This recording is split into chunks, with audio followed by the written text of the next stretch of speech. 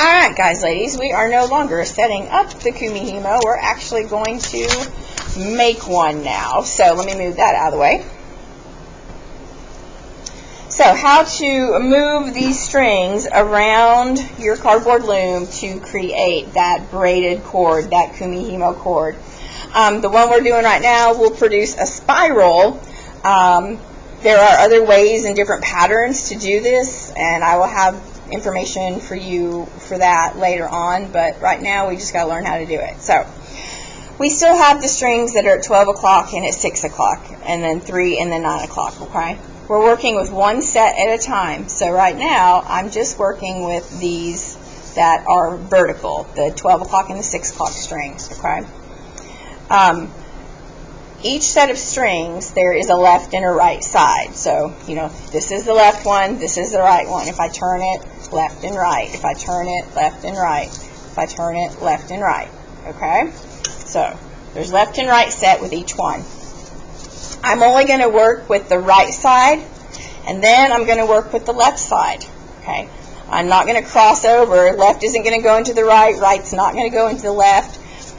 It's just right stays on this side of the border, and then left stays on this side of the border, okay? And the middle is the border line. So, here we go. What I'm going to do first is I'm going to pop this string that's on the right. I'm going to pop it out of its cut, okay?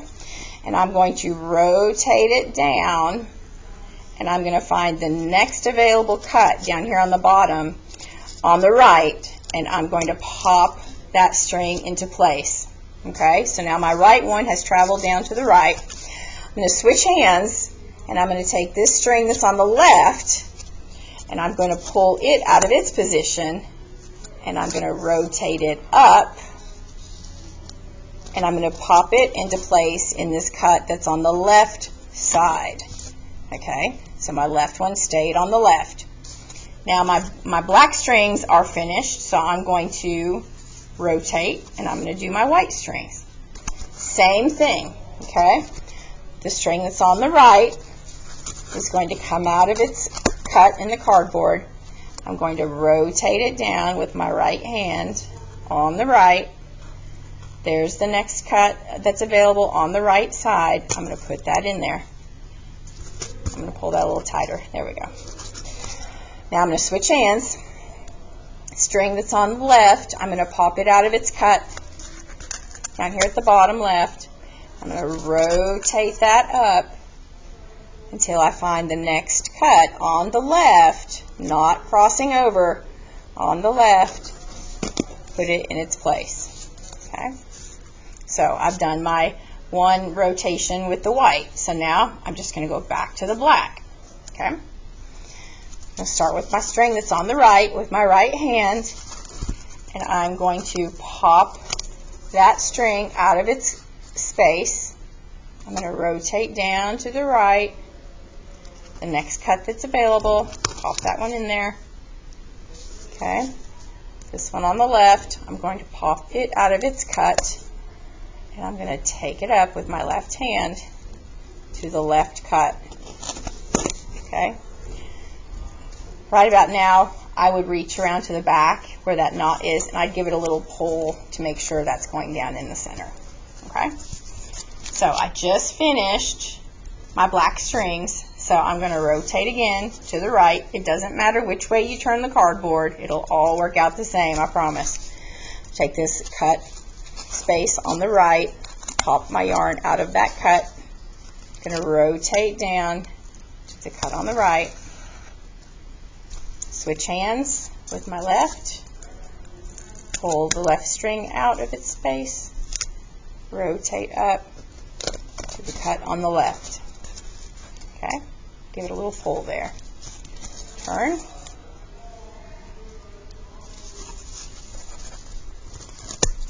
Right, goes down to the right. Okay, switch hands, left. Goes up to the left, goes into its own little cut. Turn, give it a little pull, right, down to the right, left, goes up to the left, turn, give it a little pull, right, down to the right, left, up to the left, turn. Each time I turn, I rake my fingers through this just to smooth them back out again, by the way. Right, down,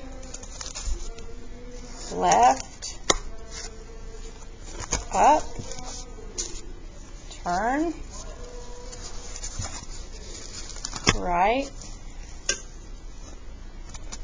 down, left, up, turn, right, down, left, up, turn.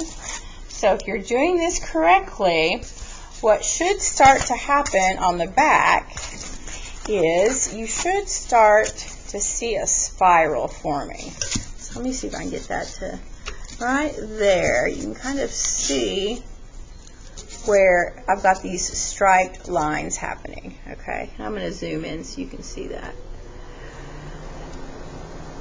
If for some reason you don't have that spiral right there starting to form, do you see it where it kind of twists around? Okay, you should have a spiral starting to form, and I know it's kind of blurry, I'm sorry, but let me see if I can get it to focus. Autofocus. Come on. There we go. All right. So it should be spiraling around. Okay.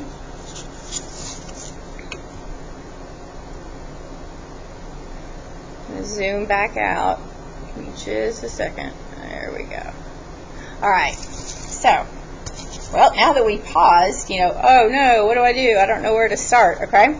Well, if you look at the center of mine, I don't know which strings I just did. If you look at the center of mine, do you see how this white string crosses over the top of the black strings? Okay, see right here, this one, it's over the top of the black strings. This one, over the top of the black strings. That means that I just finished with the white strings, so I'm ready to turn and start on the black strings. Same thing, okay?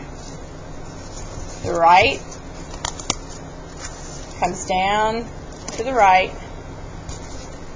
left, it's going to go up to the left, give it a little pull, right, down, left, up. And you're just going to keep going until it's as long as you want. Now, basically, this is how, you know, the samurai made their cording for their armor and, excuse me, their, how they wrapped the handles of their samurai swords. They also used them for straps. They used them for any rope needs. And if you watch the video that is in the Kumihimo slideshow, you can see a factory-sized version of something like this where they are making a rope for yachts. But it has a functional purpose. You know, you can use it. It's a useful art. It's a way to, you know, create straps or ropes or, you know, anything for carrying. If you made it long enough, you could probably stitch it together to make like coasters, or you could go even bigger and do like a rug with it if you wanted to. I mean, the only thing that limits you is how long you keep weaving it. Okay, that's the only limitation to it. So, all right, that's that, and I hope that it helped, and if not, shoot me a message, and if it did, you can shoot me a picture too, and send that to me. Alright, see you later, guys. Bye.